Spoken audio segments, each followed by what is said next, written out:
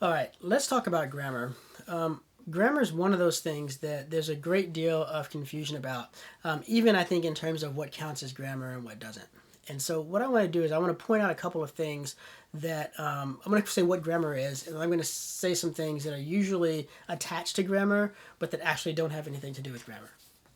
And this is really, in many ways, this is the foundational question of linguistics because the way that a language is determined by its grammar and how we decide that a language has stopped being Latin and become Italian is when the grammar has changed to a significant extent.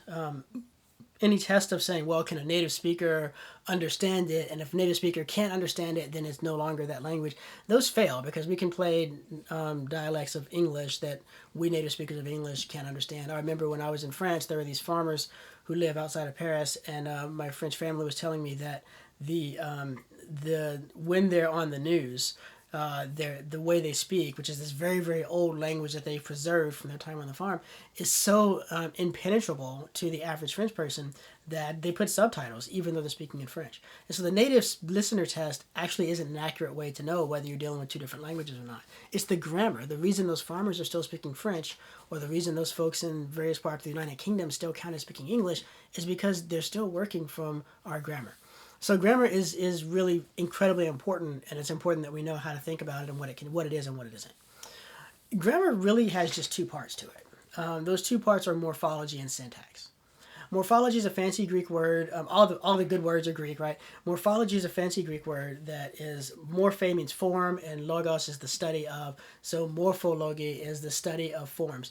Morphology refers to all of those charts that you have to learn if you're going to learn Latin. And it's all the different ways in which the nouns and the adjectives can change their forms to express how they're functioning in the sentence, and it's all the different ways that the verb is conjugated to show person, number, tense, mood, and voice, and those types of things.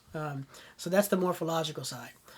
Syntax, which is a Greek word that refers to the relationships that exist between things. Syntax is about all the rest of the grammar, all of the rules about what types of ablatives there are. This is the ablative of means, using the ablative in a specific way. The sequence of tenses with a subjunctive, purpose clauses, result clauses, clauses of fearing and doubting, on and on it goes, all those other sorts of things. Another way to think about it is morphology is about the words in themselves, and syntax is about the words in relationship to one another. Grammar is made up of those two things. Meaning is constructed out of those two things. Now, in any given sentence, you're going to have an interaction between morphology and syntax. For the most part, syntax determines morphology. It tells you what form you need to have. But there's also, especially in Latin, there are ways in which morphology can create certain types of syntax as well. To read Latin is to read both of those aspects together, morphology and syntax. Now, there are some other things that typically get locked into grammar that are not part of grammar. And one of the biggest ones of these is punctuation, right? A lot of times if a student gets punctuation wrong, we'll mark it as a grammatical error on a paper. But that's not technically true. And here's the reason why. Languages always develop as spoken realities before they're written down. That's every natural language is that way. The only way you could have it be the other way is if you had an artificial language like Esperanto or Klingon.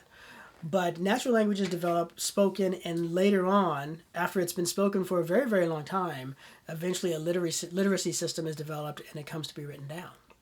That means that because grammar is what makes the language what it is, and because the language develops before and apart from any questions of how it will eventually come to be written down, that anything that has to do with the writing down of the language doesn't have to do with grammar. The grammar is already set before we come to figuring out how are we going to represent on paper what it is that we're saying and hearing. Spelling belongs to a different field, which is called orthography. That's the study of how to write correctly, writing, if you will. Spelling and punctuation. Punctuation is really a spelling error, not a grammatical error. And spelling errors are not grammatical errors. Spelling is, in fact, the last feature of a language to be fixed. Once the grammar is set, people are talking it, it's a language, and they're using it for a long time, and then eventually they start writing it down. The first thing they do is people write down what they hear. They write down what they think will represent to someone else the sound as they hear it. And if they hear it differently than someone else hears it, they'll write it down their way. And so you get spelling variations that often represent regional dialectical differences. And this is some of the ways that we can get a little bit of access to what some of the earlier dialects of Latin might have been. And if it's, there might be some things where it overlaps. So is the sound I to be represented by AI or AE? Well, AE is I. That sounds right. But AI would be I. I and I are very similar, and it's not a distinction that Latin would make. So for some, they would write that AE, others would write it AI. For reasons that we won't have access to, AE is what won out. Typically, there's some important text or some major figure or something like this that exerts such a great pull on the culture that everyone begins to spell things that way, and that's when spelling gets locked in. But that makes spelling quite a superficial feature of the language at the end of the day. Just because we have decided to spell things this way doesn't mean that's the only way they could be spelled. And that's I'm not arguing that spelling errors don't matter and we shouldn't teach children how to spell correctly, but I want to make sure we understand those are not fundamentally grammatical errors. Those are errors of a different sort. Punctuation falls over there on that side of things. So I think keeping these things separate is gonna be helpful, both in terms of how much weight we put on various things, but also just in terms of categorizing what's going on and deciding where things need to be taught and in what order.